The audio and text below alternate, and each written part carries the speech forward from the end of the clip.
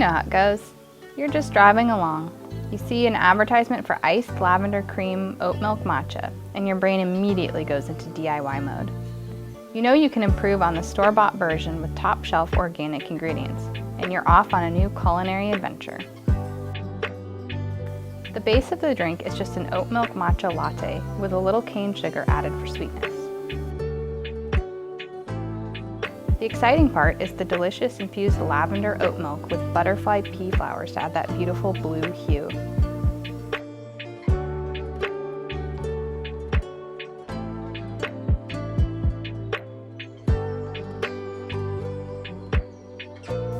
Layering the lavender cream on top gives this drink a springy two-toned effect that will delight your palate and anyone you choose to share it with. To make your own, visit blog.mountainroseherbs.com.